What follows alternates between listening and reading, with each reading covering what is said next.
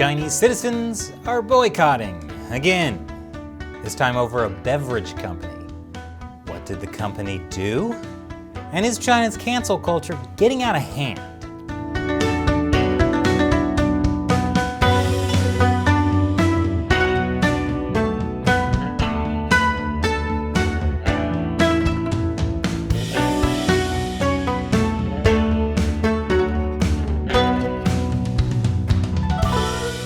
Welcome to China Uncensored. I'm Chris Chappell. The CCP celebrated its 100th anniversary on July 1st. And in Hong Kong, police were out on the streets to make sure everyone was celebrating in the right way. That is, by not protesting.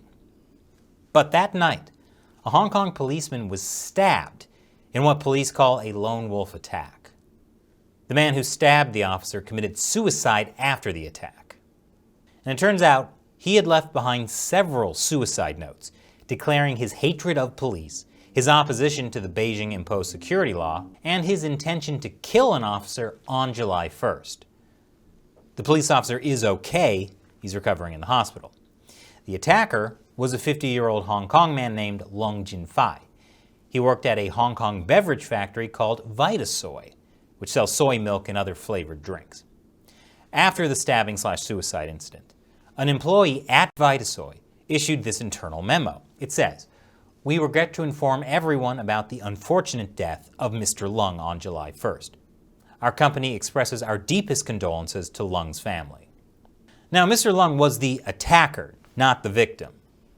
That being said, it's understandable how a Vitasoy employee could have written that memo. Maybe they mixed up the details of what happened, or maybe they were actually sympathetic. After all, according to this RFA survey, 81% of Hong Kongers consider Lung a martyr, while only 6% consider Lung a terrorist. But publicly, that's not an okay view to have. Hong Kong authorities warned that advocating for people to mourn for the attacker was no different from supporting terrorism. And unfortunately for Vitasoy, that internal memo got leaked. People started sharing it across the Chinese internet. And Chinese netizens were, how shall I put this, extremely butthurt. They were angry at the memo's choice of words. They were furious that a person committing suicide after attacking a police officer was called an unfortunate death. Plus, they didn't like the word accident used to describe the incident. And then, mainland China's terrifying cancel culture reared its ugly head. Immediately, there was a flood of comments criticizing Vitasoy for defending Lung. Trash Vitasoy. Rooting for a terrorist? It's time to boycott. Get out of the mainland market. Those who support Vitasoy should leave China. Supporting terrorism? Get out of China. Less than a day after word got out, this hashtag started trending. Have you thrown out your Vitasoy today? It got 5 million impressions on social media platform Weibo. The hashtag Vitasoy supports Hong Kong protesters has 75 million impressions. And the hashtag Get Out of the Mainland Vitasoy hit 120 million impressions. Celebrities who had business relations with Vitasoy quickly released official statements denouncing their collaborations with the brand. And the commercials that these actors have done for Vitasoy in May have been taken down from Bilibili, China's version of YouTube. Videos began circulating of local retailers rejecting Vitasoy. 咱们家从今天开始正式宣布啊，下架所有的这个维他系列的商品，下架所有维他系列商品啊，不卖了。大家可以找一下这个抖音里面去继续发这个维他这个事件啊，这个是非常可气，非常之可气啊。This guy buys a box of Vitasoy just so he can throw it in the trash.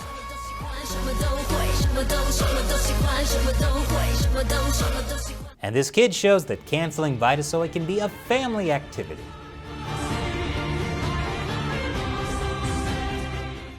That boy is clearly a national hero. You gotta teach him to cancel when they're young. And this image went viral too. It reads, "Chinese people don't eat Vitasoy. Vitasoy, get out of China. Oppose anti-Chinese behavior."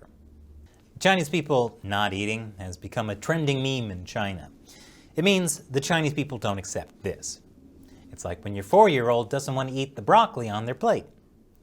The phrase was used during the recent boycott over Xinjiang cotton.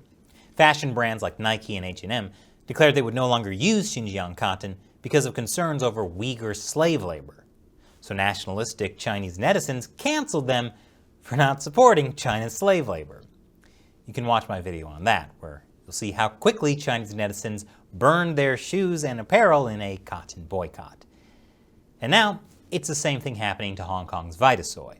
And in Vitasoy's case, it's having a huge impact on their bottom line. More after the break. Welcome back. China accounts for up to 70% of Vitasoy's sales. But once Chinese netizens began to cancel Vitasoy, its shares plunged by 12%, practically overnight. It was their biggest single-day drop since their listing in 1994. After the initial backlash from their leaked internal memo, Vitasoy tried to walk it back in this official statement. We have noticed that a document related to the incident that occurred in Hong Kong on July 1st is circulating on the internet. These documents were not officially approved for release by Vitasoy Group. Instead, they were written by an employee privately and forwarded internally. They were not authorized and did not follow the Vitasoy Group's internal approval process. Vitasoy also released this statement saying they're committed to supporting the stability, prosperity, and development of mainland China and Hong Kong, which is code for, we are not against the Chinese Communist Party.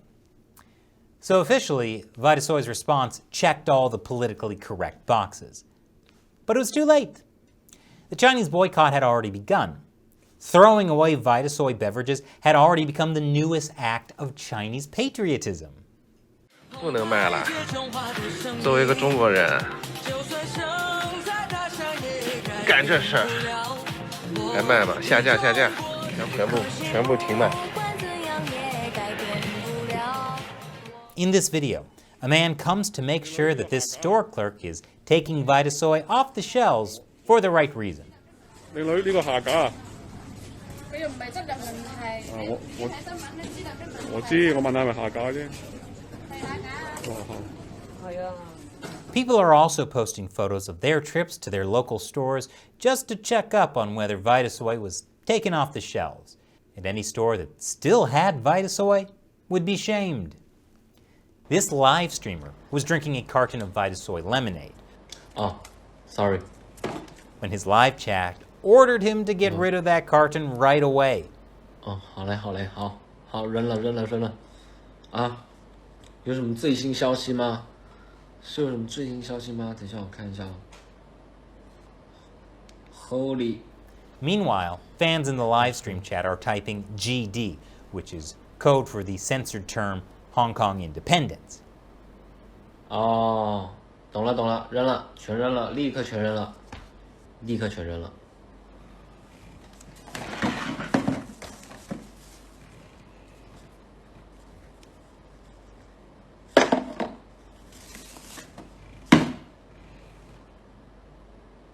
中国最棒。开了。 Yes, China is the best. Because if you don't prove you threw your politically incorrect drink in the trash, the mob will come for you. And just when things seemed like they couldn't get worse for Vitasoy, came the bomb threats.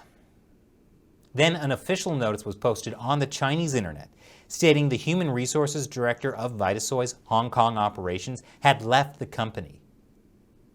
This led netizens to believe Vitasoy fired her. But that still wasn't enough.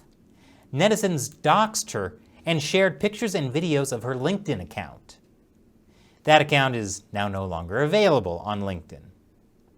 And finally, Vitasoy's chairman announced that the company has fired the employee who wrote the original memo. Now I know China takes its law about respecting the police very seriously. But Vitasoy didn't slander the police, and they didn't harm national security.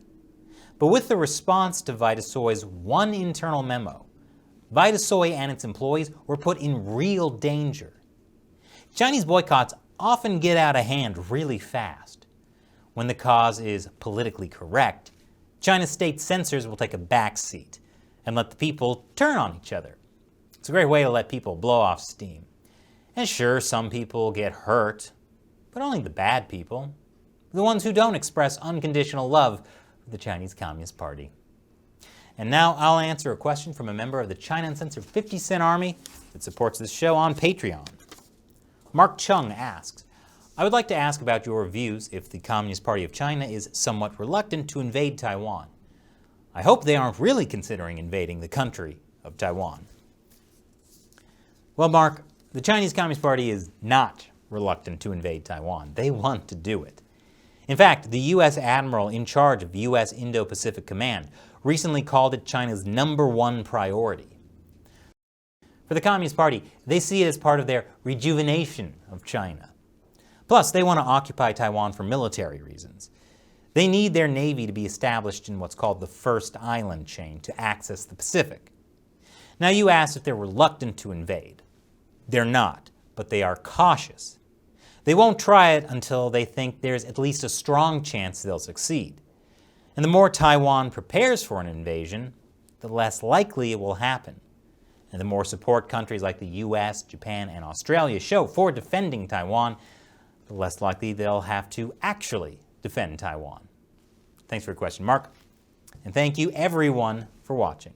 Be like Mark and support China Uncensored on Patreon.